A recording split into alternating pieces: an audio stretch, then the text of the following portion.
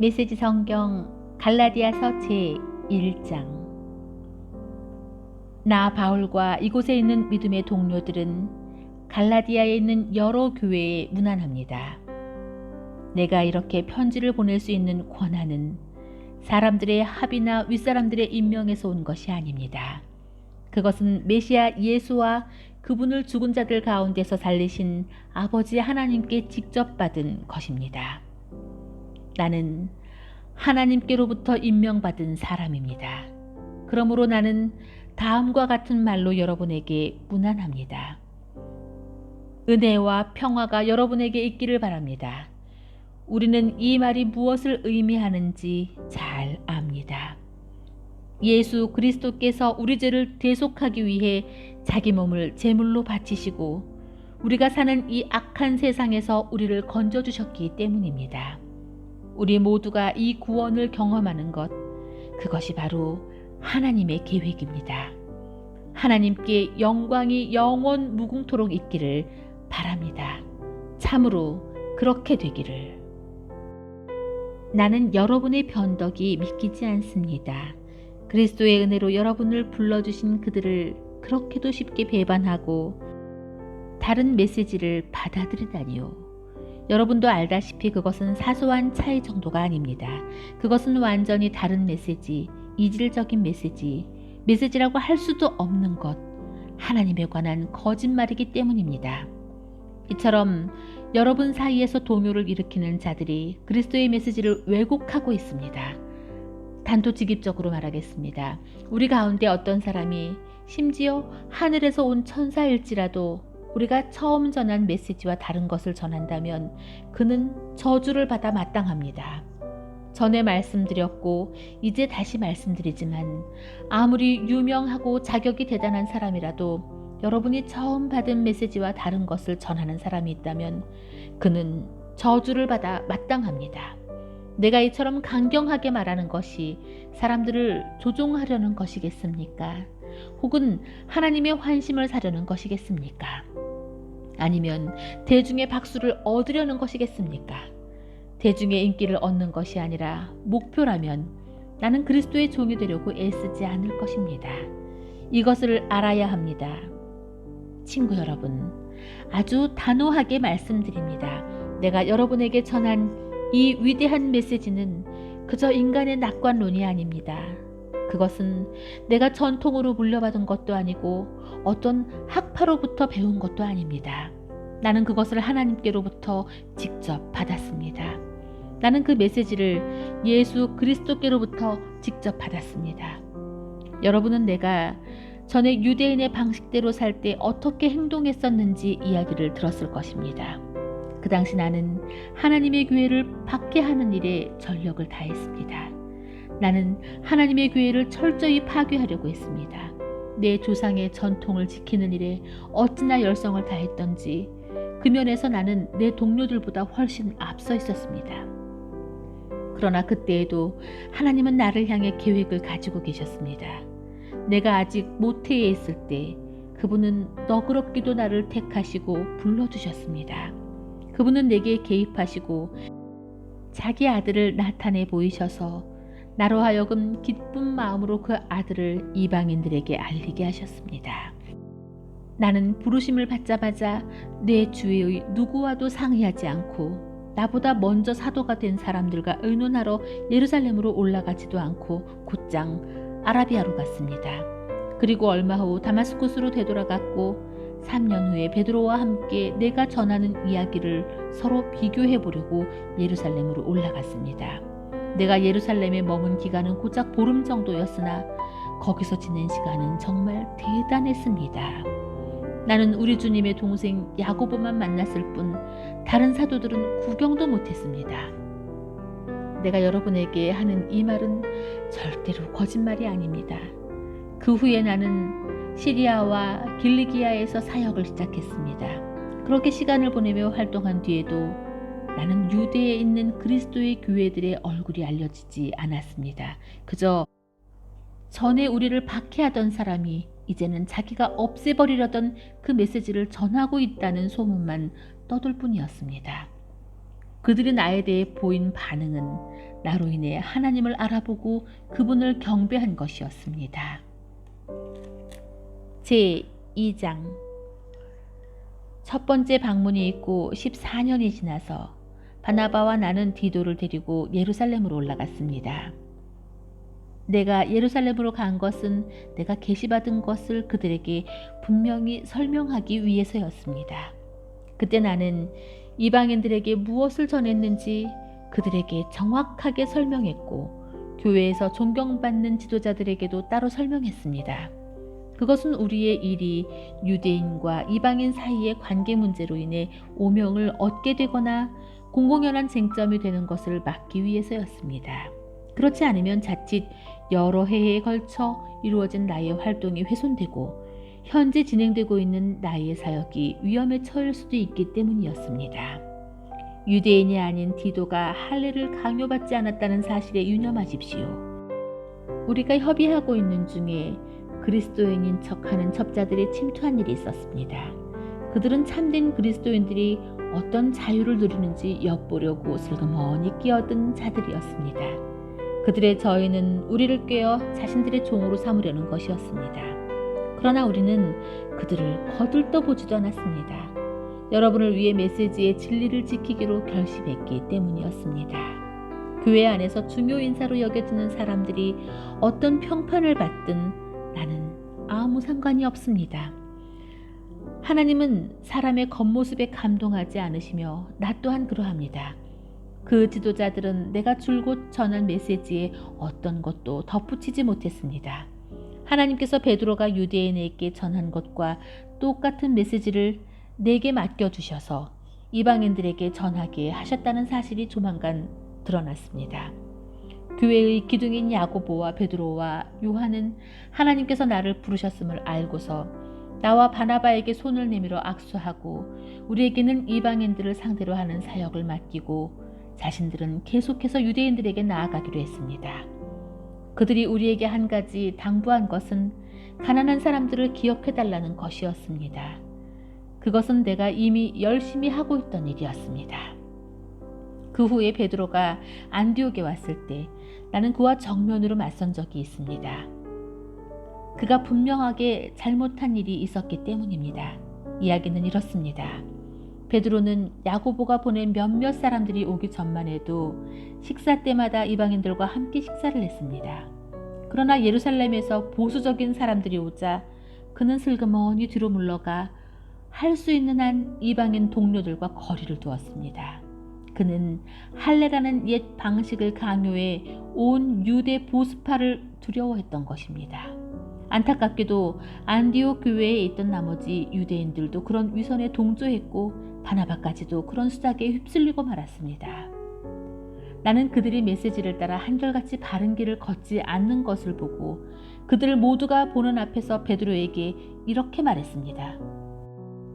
당신은 예루살렘에서 파견된 감시인들이 보지 않을 때는 유대인이면서도 이방인처럼 살더니 이제는 예루살렘에서 온 당신의 옛 동료들에게 좋은 인상을 주려고 이방인에게 유대인의 관습을 강요하는군요.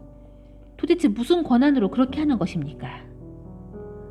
우리가 유대인이기는 하지만 죄인인 이방인보다 태생적으로 우월한 것은 아니라는 것을 우리는 압니다. 우리는 율법을 지킴으로써 하나님과 올바른 관계가 되는 것이 아니라 오직 예수 그리스도를 직접 믿음으로써 하나님과 올바른 관계가 되는 것임을 잘 알고 있습니다. 어떻게 압니까? 우리가 그것을 시험해 보았기 때문입니다. 우리는 이 세상에서 가장 훌륭한 율법 체계를 가지고 있습니다. 그러나 우리는 누구도 자기 개선을 통해서는 하나님을 기쁘시게 해드릴 수 없음을 깨닫고 예수를 메시아로 믿었습니다. 자기 힘으로 선한 사람이 되려고 애쓰기보다는 메시아를 믿음으로 하나님과 올바른 관계에 들어가게 되었습니다. 혹시 우리가 아직 완전한 사람이 아니라는 것을 눈치챘습니까? 그리 놀랄 일도 아닙니다. 나처럼 그리스도를 통해 하나님과 바른 관계를 맺으려는 사람들이 덕을 완전히 갖추지 못했다는 이유로 그리스도의 죄의 방조자임에 틀림없다고 비난하시렵니까? 그런 비난은 섣부른 것입니다. 내가 자기 힘으로 선한 사람이 되려고 한다면 그것은 전에 헐어버린 낡은 헛간을 다시 세우는 셈이 되고 사기꾼처럼 행동하는 꼴이 되고 말 것입니다. 실제로 일어난 일을 말하자면 이렇습니다. 나는 율법을 지키려고 애쓰고 하나님을 기쁘시게 해드리려고 고심했지만 뜻대로 되지 않았습니다. 그래서 나는 율법의 사람이 되기를 포기했습니다. 그것은 하나님의 사람이 되기 위해서였습니다. 그리스도의 삶이 내게 방법을 알려주었고 그렇게 살도록 해주었습니다. 나는 그리스도와 나를 완전히 동일시했습니다.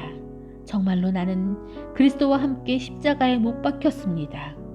이제 내 자아는 더 이상 내 중심이 아닙니다.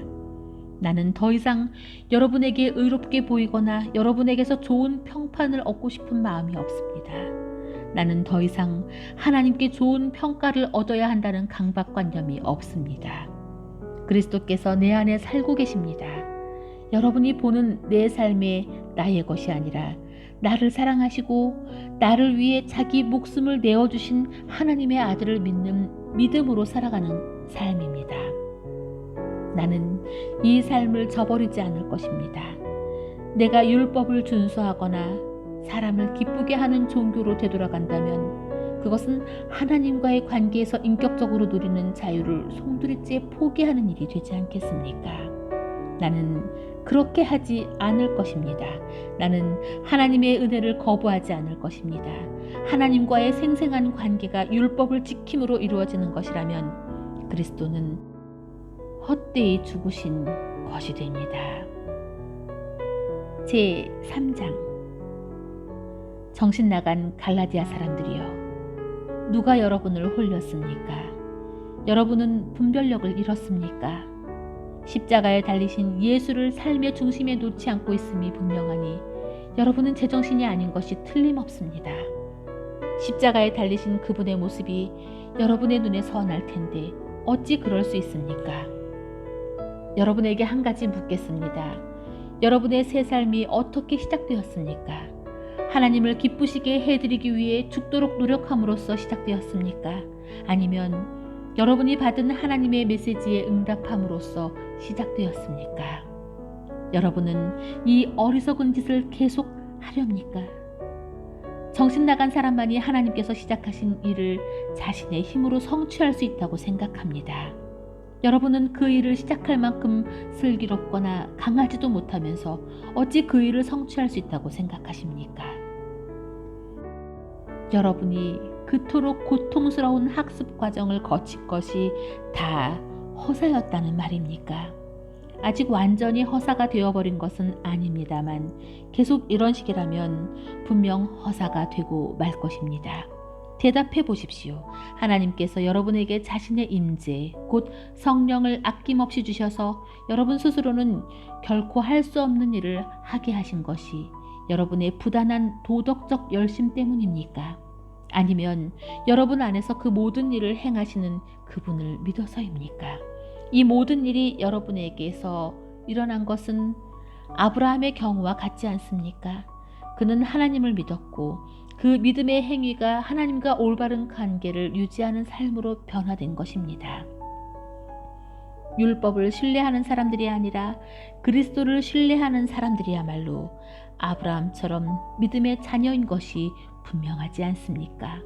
또한 성경에는 하나님께서 이방인과도 믿음에 근거하여 올바른 관계를 맺으실 것이라는 사실이 이미 기록되어 있습니다. 성경은 아브라함에게 모든 민족이 내 안에서 복을 받게 될 것이다 라고 약속하면서 그 사실을 미리 내다보았습니다. 그러므로 이제 믿음으로 사는 이들은 믿음으로 살았던 아브라함과 함께 복을 받습니다. 이것은 결코 새로운 가르침이 아닙니다. 그리고 이것은 하나님을 의지하지 않고 스스로의 힘으로 살려고 하는 사람은 누구든지 실패할 수밖에 없음을 의미합니다. 성경은 이렇게 뒷받침합니다. 율법책에 기록된 모든 조항 가운데 하나라도 행하지 않는 사람은 심한 저주를 받게 된다. 그 같은 도덕적 요구 조항을 온전히 지킬 수 없다는 것은 분명합니다. 그러므로 그런 식으로는 누구도 하나님과 바른 관계를 유지할 수 없습니다. 하나님과 바른 관계를 맺고 싶은 사람은 하나님께서 마련해 주시는 일을 받아들임으로써 그런 삶을 살아갑니다. 하나님을 위해 무언가를 하는 것과 하나님이 해주시는 일 속으로 들어가는 것은 분명히 다릅니다. 예언자 하박국이 옳았습니다. 하나님을 믿는 사람은 하나님께서 바로잡아 주신다. 그것만이 참된 삶이다. 율법 준수는 믿음으로 사는 삶으로 자연스럽게 나아가기는커녕 더 많은 율법 준수로 이어지기 마련입니다. 그것은 성경에 기록되어 있는 사실이기도 합니다. 이와 같은 일, 율법 준수를 하는 사람은 그 일로 살 것이다. 그리스도께서는 실패할 수밖에 없는 저주받은 우리 삶을 온전히 자기 것으로 삼으심으로 그 삶에서 우리를 건져주셨습니다. 여러분은 나무에 달린 자는 모두 저주를 받은 자다라는 성경 말씀을 기억하실 것입니다. 예수께서 십자가에 못 박히실 때 바로 그런 일이 일어났습니다. 그분은 저주를 받은 자가 되셨고 동시에 그 저주를 푸셨습니다. 그 일로 모든 장애물이 사라져 이제 우리는 아브라함의 복이 지금도 계속되고 있으며 그 복이 이방인에게도 유효하다는 사실을 알게 되었습니다. 우리는 너나 할 것 없이 믿음으로 아브라함이 받았던 것과 똑같은 방식으로 하나님의 생명 곧 성령을 받을 수 있게 되었습니다. 친구 여러분, 내가 말씀드리는 자유의 삶에 대해 일상생활로부터 한 가지 예를 들어보겠습니다. 어떤 사람이 유언장을 법 절차에 따라 작성해 놓으면 아무도 그것을 무효로 하거나 거기에 무언가를 덧붙일 수 없습니다. 이제 약속이 아브라함과 그의 후손에게 주어졌습니다. 여러분도 알다시피 성경은 마치 일반인 모두를 가리키는 것처럼 후손들에게 라고 말하지 않고 법률 문서에서 쓰는 신중한 용어로 내 후손에게 라고 말합니다. 여기서 후손을 뜻하는 명사는 단수로 쓰였습니다. 그 후손은 다름 아닌 그리스도를 가리킵니다. 내가 말하려는 것은 이렇습니다. 하나님께서 일찍이 적법하게 확정하신 유언을 430년 후에 덧붙여진 부록이 그 유언의 약속을 무효로 하여 파기할 수 없습니다. 절대로 그럴 수 없습니다. 부록에 명시된 계명들과 규정들은 유언에 약속된 유산과는 아무 관계가 없습니다. 그렇다면 율법, 곧 부록의 취지는 무엇일까요? 율법은 아브라함에게 주신 처음 약속에 덧붙여진 것으로 사려 깊은 배려였습니다. 율법의 의인은 후손이신 그리스도께서 오셔서 약속을 물려받으시고 그 약속을 우리에게 나눠주실 때까지 죄인들을 구원의 길에 붙잡아 두는 데 있습니다. 이 율법이 하나님과의 직접적인 만남의 결과가 아니라는 점은 분명합니다. 그것은 천사들을 통해 중개자인 모세의 손을 거쳐 제정되었습니다. 그런데 시내산에서처럼 중개자가 있다면 사람들이 하나님과 직접 교제하는 것은 아니지 않습니까? 믿음으로 받는 복에 관한 첫 약속은 하나님이 직접 주신다는 것입니다. 그렇다면 율법은 약속과 반대되는 것, 곧 우리를 향하신 하나님의 뜻과 반대되는 것일까요? 결코 그렇지 않습니다. 율법의 취지는 우리 스스로는 하나님과 올바른 관계를 맺을 수 없음을 모든 사람에게 분명히 알리는 것입니다. 하나님께서 자신의 약속을 성취하실 때까지 믿음으로 기다림으로써 얻을 수 있는 것을 우리 스스로의 노력으로 얻겠다고 종교 체계를 고안해내는 것이 얼마나 쓸데없는 짓인지 드러내 보이는 데 있습니다.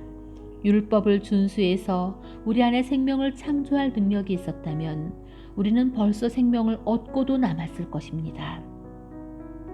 우리가 충분히 성숙해져서 살아계신 하나님께 믿음으로 흔쾌히 응답할 때까지 우리는 모세의 율법에 세심하게 둘러싸여 보호받을 수밖에 없습니다. 율법은 여러분이 잘 아는 그리스의 가정교사와 같습니다. 아이들을 학교까지 바래다주고 아이들이 위험에 빠지거나 산만해지지 않도록 지켜주고 목적지까지 안전하게 도착하도록 도와주는 가정교사 말입니다. 그러나 이제 여러분은 여러분의 목적지에 이르렀습니다. 여러분은 그리스도를 믿음으로써 하나님과 직접 사귀게 되었습니다. 여러분이 그리스도 안에서 받은 세례는 새 출발을 할 수 있도록 깨끗해지는 것에서 끝나지 않습니다. 세례는 또한 성숙한 신앙의 옷을 입는 것을 의미합니다. 그 옷은 다름 아닌 그리스도의 생명, 곧 하나님께서 처음 하신 약속의 성취입니다. 그리스도의 집안에는 유대인이나 이방인이나 자유인이나 종이나 남자나 여자나 차별이 없습니다. 우리 사이에서 여러분은 모두 평등합니다. 다시 말해 우리는 다 함께 예수 그리스도와 관계를 맺고 있는 사람들입니다. 또한 여러분은 그리스도와 한 가족이니 바로 여러분이 아브라함의 후손이며 언약의 약속에 따른 상속자입니다. 제4장 이 말이 무슨 뜻인지 말씀드리겠습니다. 상속자가 미성년일 때는 종보다 나을 것이 없습니다. 그는 법적으로는 모든 유산의 주인이지만 아버지가 정해놓은 자유의 때까지는 가정교사나 유산관리인의 지배를 받아야 합니다. 우리도 마찬가지입니다. 우리도 어릴 때는 유치한 교훈, 이 세상의 가정교사와 유산관리인에 둘러싸여 종처럼 명령을 받았습니다. 스스로 행동을 결정할 권한이 없었습니다. 그러나 정하신 때가 찾아 아버지 하나님은 자기 아들을 보내셔서 우리와 마찬가지로 여자에게서 태어나게 하시고 율법의 제약을 받게 하셨습니다. 그것은 율법에 사로잡힌 우리와 같은 사람들을 건지시기 위해서였습니다. 그 결과로 우리는 자유인이 되어 정당한 상속자의 권리를 누릴 수 있게 되었습니다. 이제 여러분은 하나님의 자녀로 완전히 입양되어지고 자신 있게 말할 수 있습니다. 하나님께서 자기 아들의 영을 우리의 삶에 보내셔서 아빠, 아버지라 부르도록 하셨으니 말입니다. 하나님과 친밀한 대화를 나눌 수 있는 특권을 가졌으니 여러분은 이제 종이 아니라 자녀입니다. 그리고 자녀이면 유산을 완전히 물려받을 수 있는 상속자이기도 합니다. 전에 여러분이 하나님을 개인적으로 알지 못하던 때에는 신성과는 아무 상관이 없는 신들에게 종노릇했지만 이제는 진짜 하나님을 알게 되었습니다. 아니, 하나님께서 여러분을 알아주셨습니다. 그러니 어찌 다시 종이 호랑이들에게 굽실거릴 수 있겠습니까? 그런데도 여러분은 특정한 날과 절기와 해와 관련된 모든 전통과 금기와 미신을 두려워하며 꼼꼼히 지키더군요. 여러분과 함께 있으면서 기울인 나의 모든 수고가 연기처럼 사라질까 두려울 따름입니다. 사랑하는 친구 여러분, 내가 여러분과 함께 있을 때에 여러분의 입장에 서려고 노력했던 것처럼 여러분도 나의 입장에 서려고 노력해 주십시오. 그때 여러분은 참으로 다감하고 친절했습니다. 여러분은 개인적으로 나에게 함부로 하지 않았습니다. 여러분도 잘 알다시피 내가 여러분에게 메시지를 전하게 된 것은 내 육체가 병들었기 때문이었습니다. 육체가 병들어 여행을 계속할 수 없게 되었고 나는 여행을 멈추고 여러분과 함께 있지 않으면 안 되었습니다. 내가 여러분에게 메시지를 전하게 된 것은 바로 그 때문입니다. 아픈 손님을 맞이하는 것만큼 골치 아픈 일도 없을 것입니다. 그런데도 여러분은 하나님의 천사를 대하듯 나를 대했습니다. 여러분은 마치 예수께서 친히 여러분을 방문하시기라도 한 것처럼 나를 대하면서 예수를 대하듯 했습니다. 그런데 여러분은 그런 사실을 까마득히 잊었습니까? 그 당시 여러분이 느꼈던 그 만족은 어떻게 된 것입니까? 그때 여러분 가운데에는 할 수만 있다면 내게 자기 눈을 빼주려고 한 이들도 있었습니다. 그 정도로 나를 생각한 여러분이었습니다. 그런데 이제는 내가 여러분에게 진리를 말했다고 해서 갑자기 여러분의 원수가 되었다는 말입니까? 도무지 믿기지 않습니다. 저 이단 교사들이 여러분에게 장괄성을 늘어놓으면서 아첨을 떨고 있지만 그들은 더러운 동기에서 그렇게 하는 것입니다. 그들은 하나님께서 은혜로이 열어놓으신 자유의 세계를 보지 못하도록 여러분의 눈을 가려서 자신들을 중요 인물로 돋보이게 하려고 여러분으로 하여금 자신들에게서 승인과 지도를 구하게 하려는 것입니다. 선을 열심히 행하는 것은 내가 여러분과 함께 있을 때뿐만 아니라 언제든지 좋은 일입니다. 내가 여러분과 함께 있을 때에는 나라는 사람과 내가 전한 메시지에 관심을 기울이더니 이제는 내가 여러분을 만났다고 관심을 기울이지 않는 것인가요? 여러분은 내가 얼마나 절절한 심정인지 아십니까? 이 심정은 그리스도의 생명이 여러분의 삶 속에서 드러날 때까지 계속 이어질 것입니다. 나는 지금 산고를 겪는 어머니와 같은 심정입니다. 여러분과 함께 있다면 좋겠습니다. 그렇다면 이렇게 좌절감에서 터져나온 냉담한 편지 형식의 글을 보내지 않아도 되었을 테니까요. 율법에 흠뻑 빠진 여러분, 내게 말해보십시오. 여러분은 율법을 자세히 살펴보았습니까? 기억하겠지만 아브라함에게는 두 아들이 있었습니다. 하나는 여종의 아들이고 다른 하나는 자유인 여인의 아들입니다. 여종의 아들은 인간적인 묵인 아래 태어났고 자유인 여인의 아들은 하나님의 약속으로 태어났습니다. 이것은 지금 우리가 다루고 있는 주제를 잘 설명해 줍니다. 그 두 출생 방식은 하나님과 관계를 맺는 두 가지 방식을 가리킵니다. 그중 하나는 아라비아의 시내산에서 생겨난 방식입니다. 그것은 지금도 예루살렘에서 계속되고 있는 것과 일치하는 삶, 곧 끊임없이 종을 만들어내는 종의 삶입니다. 바로 하갈의 방식입니다.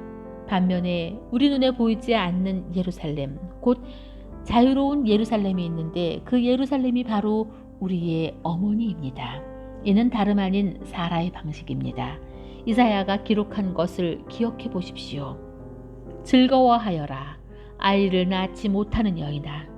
환성을 올려라, 산고를 겪어보지 못한 여인아. 아이를 낳지 못하던 여인의 자녀가 선택받은 여인의 자녀보다 훨씬 많기 때문이다.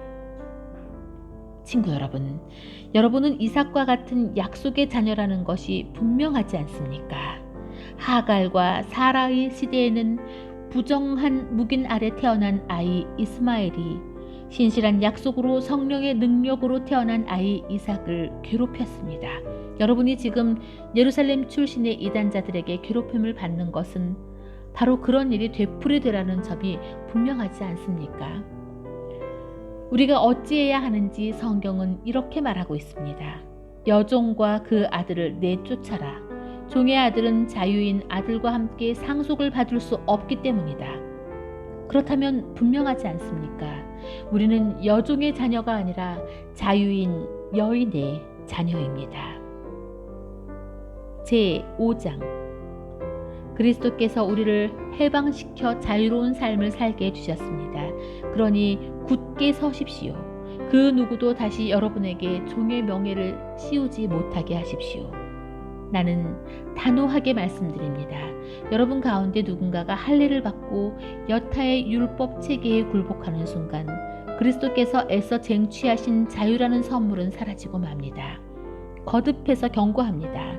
할례의 방식을 받아들이는 사람은 그리스도 안에서 이루어지는 자유로운 삶의 유익을 율법이라는 종의 삶의 의무로 바꾸는 자입니다. 나는 여러분이 의도한 것이라고는 생각하지 않지만 그런 일이 실제로 일어나고 있습니다. 여러분이 종교 활동에 기대어 살려고 하는 순간 여러분은 그리스도에게서 떨어져 나간 것이며 은혜에서 떨어져 나간 것입니다. 그러나 우리는 성령과의 만족스러운 사귐을 애타게 기다리고 있습니다. 그리스도 안에서는 종교적 의무를 성실히 준수하거나 무시하거나 아무 차이가 없기 때문입니다. 중요한 것은 그보다 훨씬 내적인 것입니다. 그것은 다름 아닌 사랑으로 표현되는 믿음입니다. 여러분은 아주 잘 달리고 있습니다. 그런데 누가 여러분의 길에 끼어들어 여러분을 참된 복종의 길에서 멀어지게 했습니까?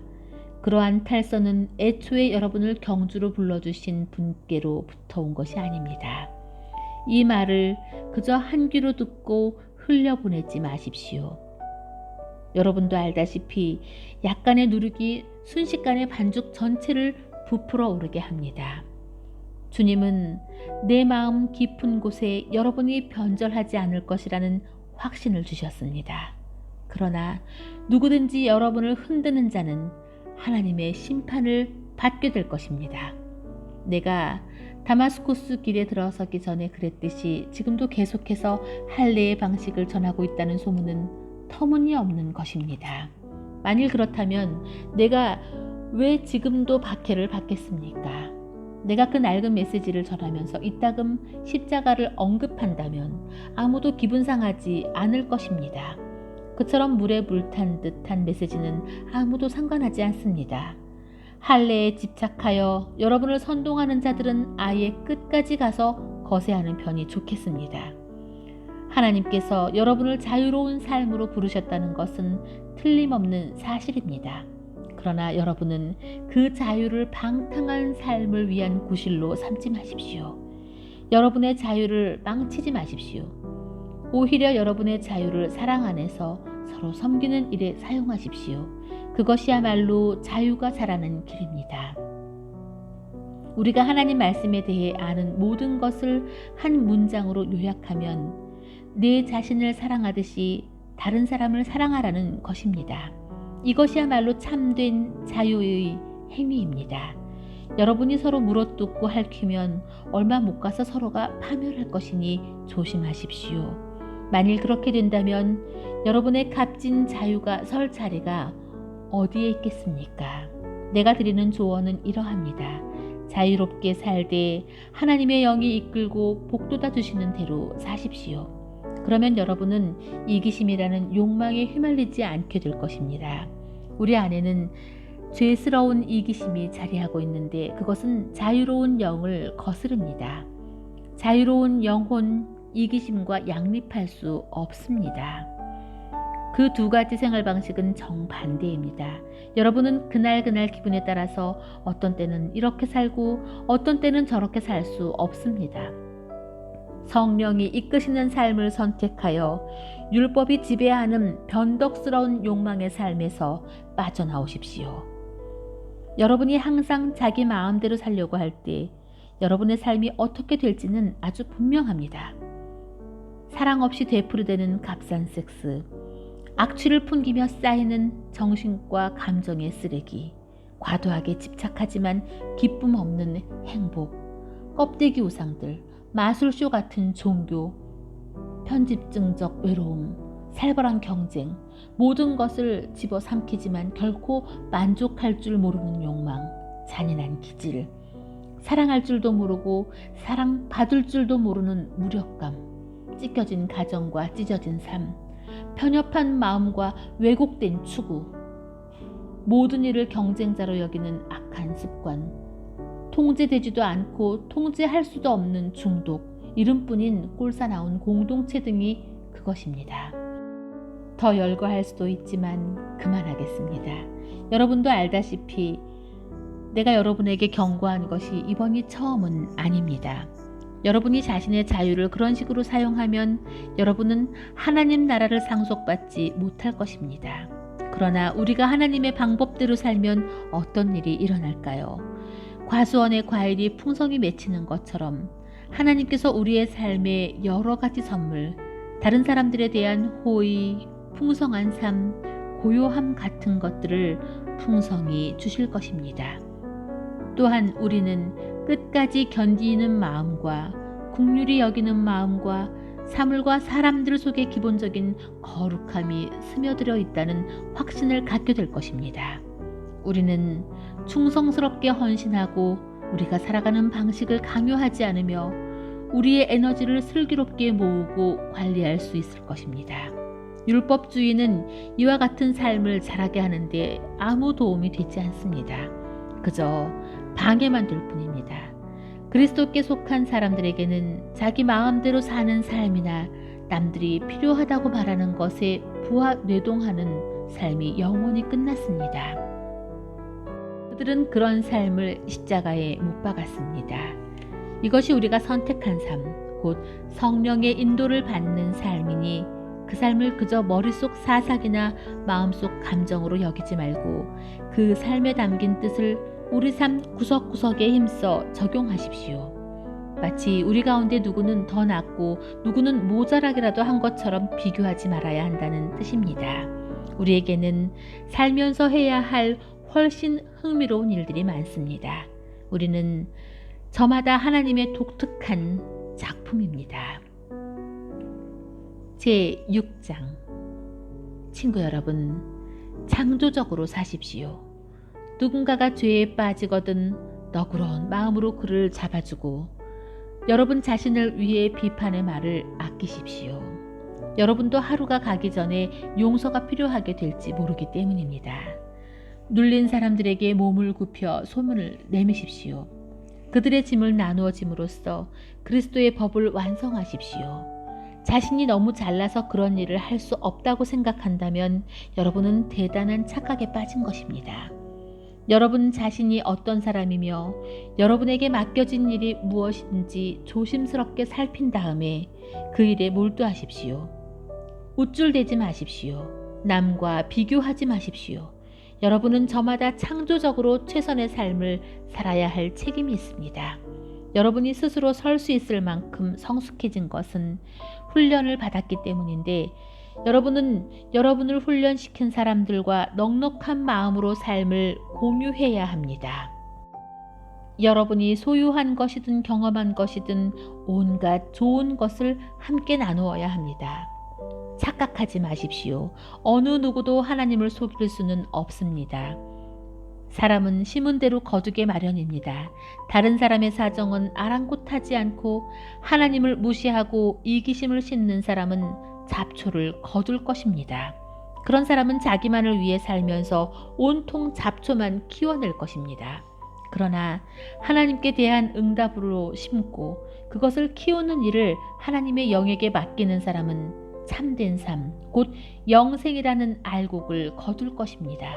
그러니 선을 행하되 지치지 마십시오. 포기하거나 중단하지 않으면 때가 되어 좋은 알곡을 거둘 것입니다.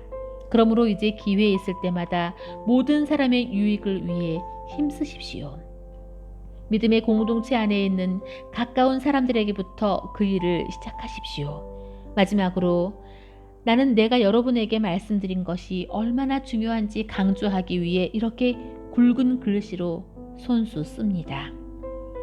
할례의 방식을 여러분에게 강요하려는 자들에게는 오직 한 가지 동기밖에 없습니다.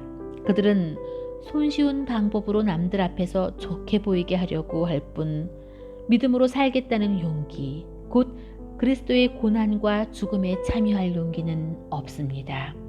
그들이 율법에 대해 하는 말은 모두 헛소리에 불과합니다. 정작 그들 자신은 율법을 지키지 않습니다.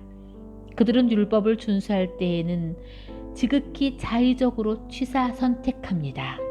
그들이 여러분에게 할례를 받게 하려는 것은 여러분을 자기 편으로 끌어들여 자신들의 성공을 자랑하려는 것입니다. 비열한 행동이 아닐 수 없습니다. 그러나 나는 우리 주 예수 그리스도의 십자가만을 자랑하겠습니다. 그 십자가로 말미암아 나는 이 세상에 대해 십자가에 못 박혔고 남을 기쁘게 하거나 남이 지시하는 하찮은 방식의 나를 끼워 맞추려는 숨막히는 분위기에서 벗어났습니다.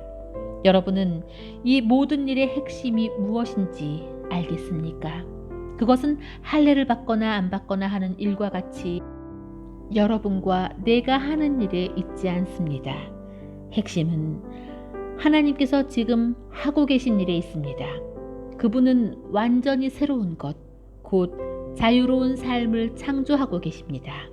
이 기준에 따라 사는 사람은 누구나 하나님의 참 이스라엘, 곧 하나님이 택하신 백성입니다. 이들에게 평화와 긍휼이 있기를 바랍니다.